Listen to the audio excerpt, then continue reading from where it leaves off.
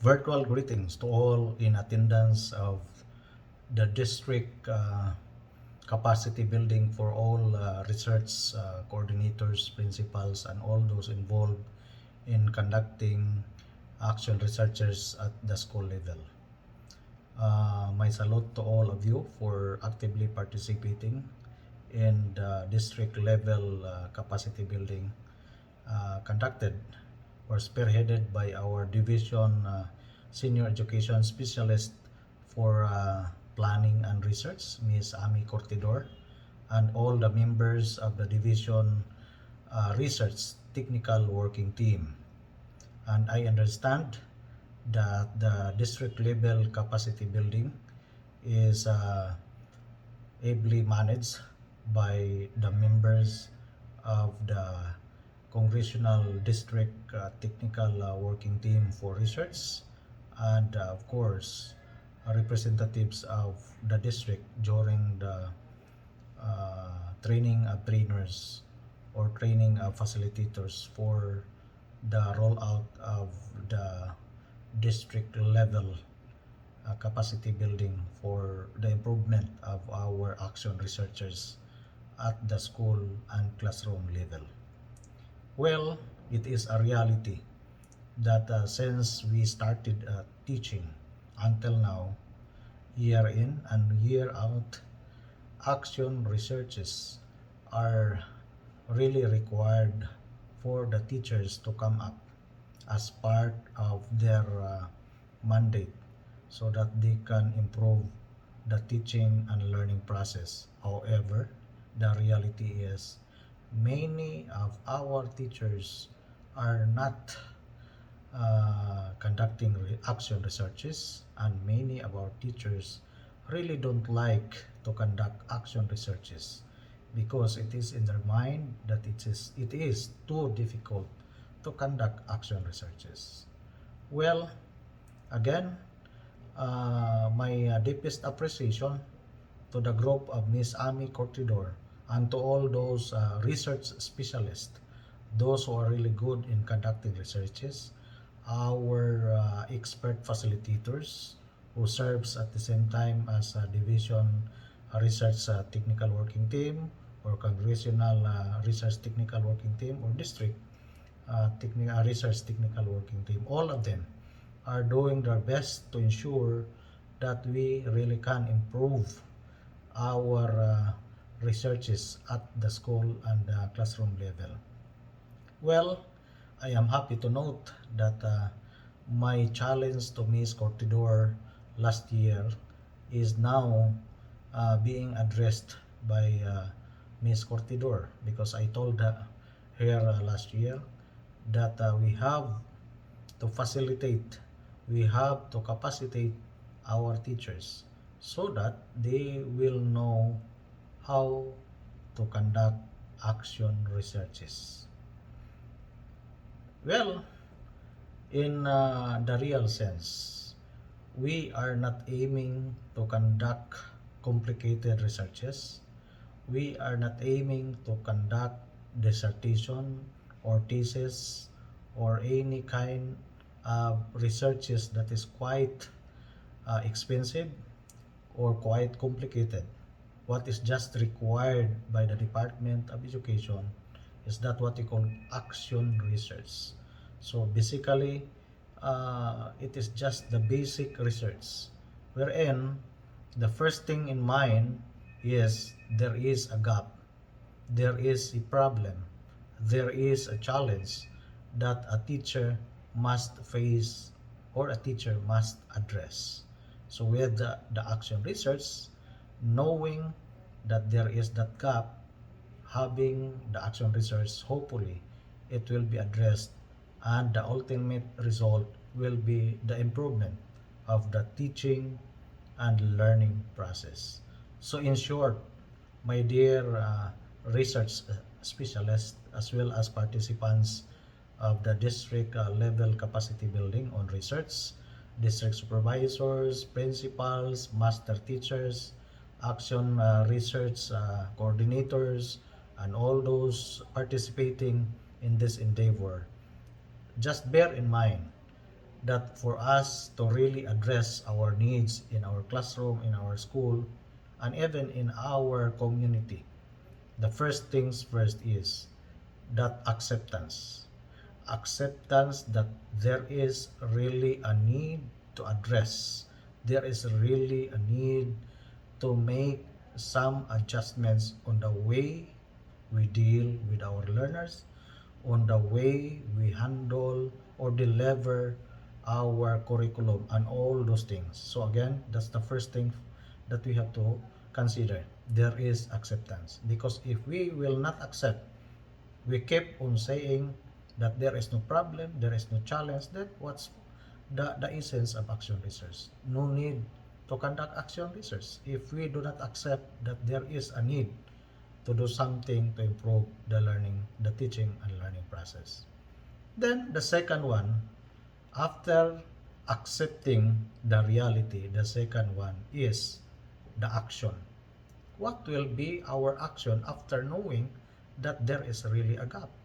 And that action is, of course, the gathering of data, the gathering of information that will be used, that will guide the teacher as researcher in determining what alternative solutions that perhaps will address the gaps or the concerns or the challenge that they are facing in their daily delivery of instruction. So that's the second action. Then, after having that action, after gathering that information, after making some assumptions, analysis, and interpretation, what's next? The most important one is application. If there is no application, well, it's for me, it's just useless. We keep on having action researches. We know that perhaps this is the best thing we have to do, but if we will not apply it, there is no application, then again, we cannot expect that there will be something good that will happen to our basic education quality. But again, the emphasis here is not only that you will learn the value or the essence of action research, but my dear participants, for me, the number one challenge of all of you now is after this capacity building, how will you convince other teachers that what you learn in this capacity building is not just an ordinary learning, but how they will accept, how they will embrace the importance of action research in especially this time of new normal, so that our teachers will ultimately change their mindset and will accept, embrace, and love and be and become passionate on action research. So allow me now to share with you the what we call conclusion or the summary of the findings of a certain research or a certain study conducted by Catherine A. O'Connor, entitled Action Research, a Tool for Improving Teacher Quality and Classroom Practice. In this study that I read, uh, the outcome of the study leads to two general conclusions about the action research process. First, action research is an effective professional process that impacts daily and or future teaching. And second, the action research process elicits change. So that's the more for another thing that we have to consider, that it should elicit change. Participating in action research impacts teachers' daily and future instructional practices. According to Parsons and Brown, the benefit of action research is that it leads to improvements in educational practice. It was obvious that the participants in the study valued action research as a worthwhile tool that impacted their teaching. In that particular study, teachers consistently commented that the action research process made them more aware of their teaching practices and more cognizant of their students' needs. Most importantly, teachers specifically discussed how the action research process confirmed, affirmed, or expanded particular instructional practices and curriculum programs. Teachers also mentioned that the action research process made them more aware of new strategies and confident to try them. Action research can empower teachers to change by pushing a teacher out of his or her comfort zone. Many times, for personal and professional growth to occur, being pushed out of a comfort zone is challenging. These challenges are necessary, particularly related to classroom practice. In order to lead to positive change, action research puts the teacher in many new roles. Teacher as researcher, teacher as decision maker, and teacher as change agent. So then again, my dear participants, it's very clear in that study that research or action research is vital.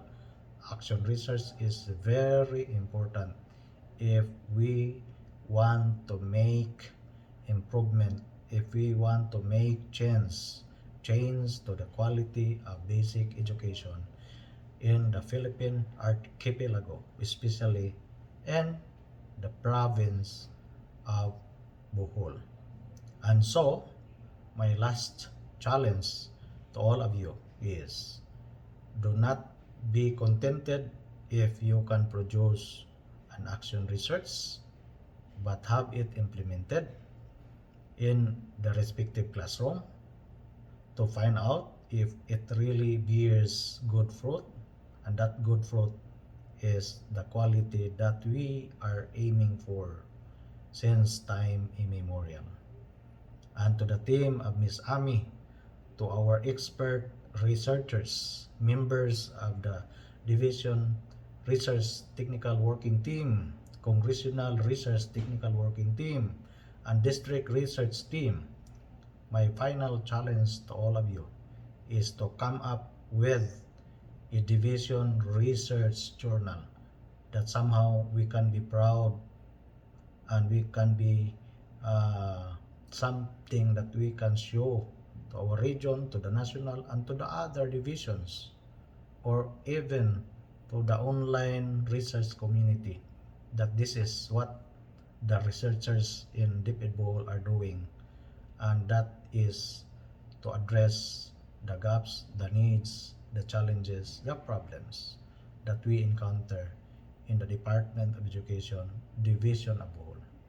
So to all of you, good luck, and I am looking forward that the next time that we can see each other, whether personally or virtually, is the time that we will be having our research congress, and you will be proud to present your output, your what you call this, the reward of your sacrifices.